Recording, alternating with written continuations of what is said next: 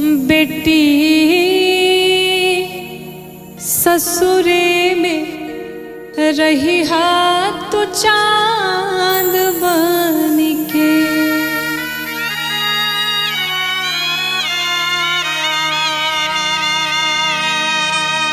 कि सबके पुत्र के बिचवा,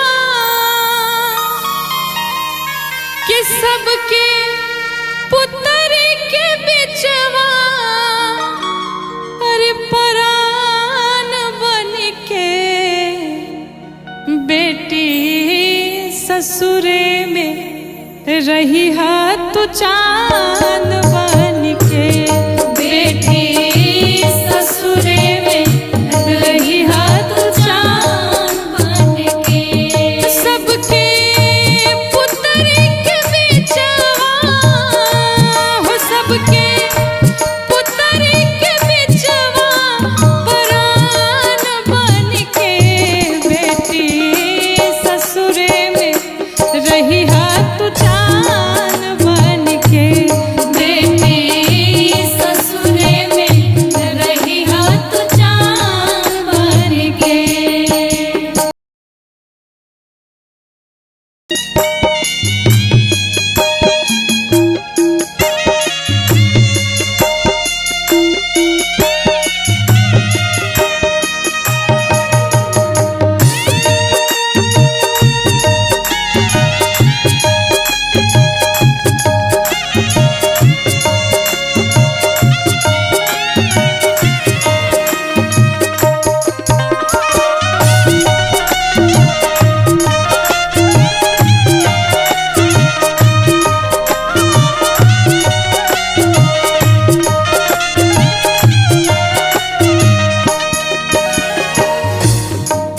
श्री जानकी मैया को माँ शिक्षा प्रदान करती है कि ससुराल में जाकर के किस प्रकार से हमें व्यवहार करना है।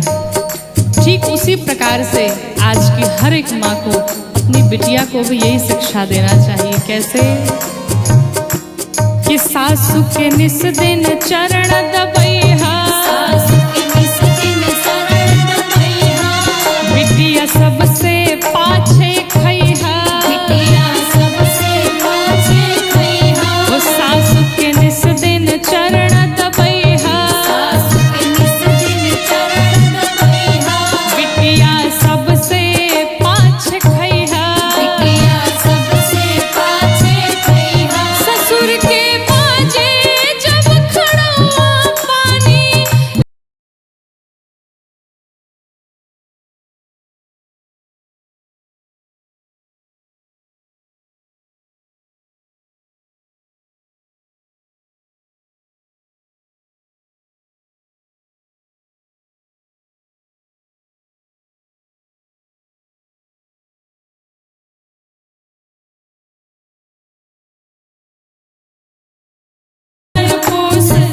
महिमा के विहान बन के।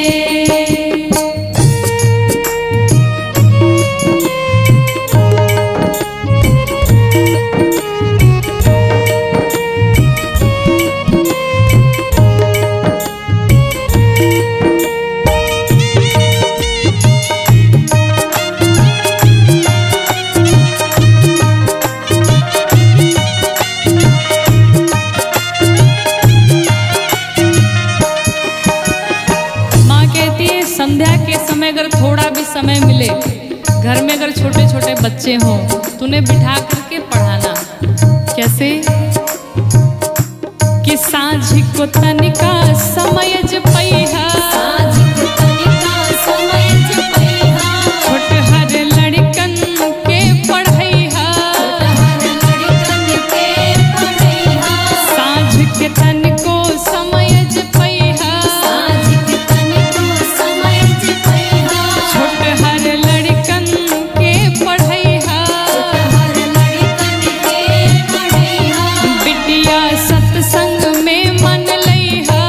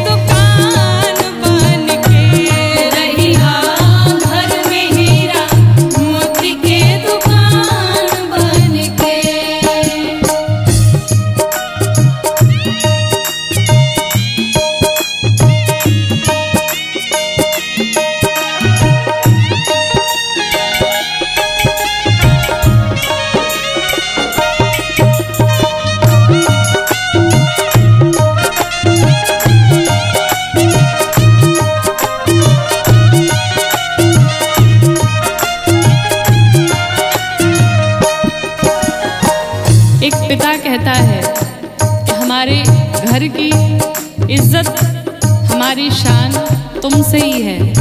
कुछ ऐसा कार्य न करना, कुछ ऐसा कुकृत्य न करना जिससे कि तुम्हारे माँ बाप का सर झुक जाए।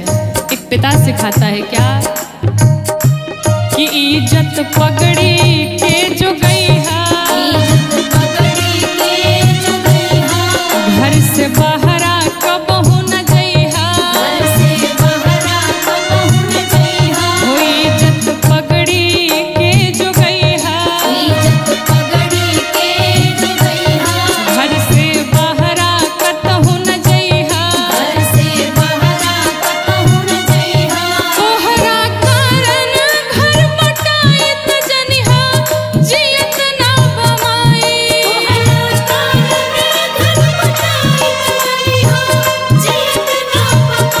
हो तोहरा कारण घर बटाइत जनिहा, जियत ना बमाई।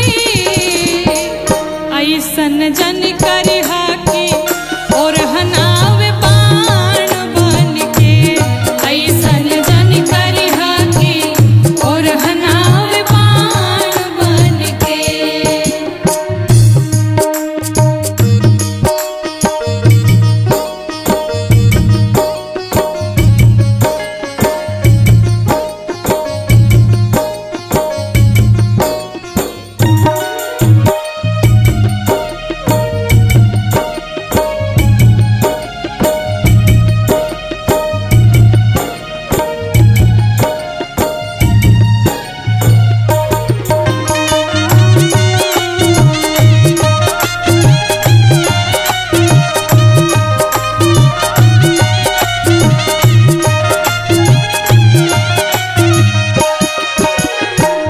माँ बाप दोनों मिलके सिखाते हैं कि कोई ऐसा कार्य न करना जिससे हमारा सिर झुक जाए। तुम्हारी प्रशंसा अगर हम सुनेंगे तो हमारा हृदय प्रसन्नता से और भी गदगद हो जाएगा, लेकिन तुम्हारे कारण अगर किसी को थोड़ा भी कष्ट पहुंचा तो ये माँ, ये तुम्हारा पिता जिंदा नहीं रह पाएंगे।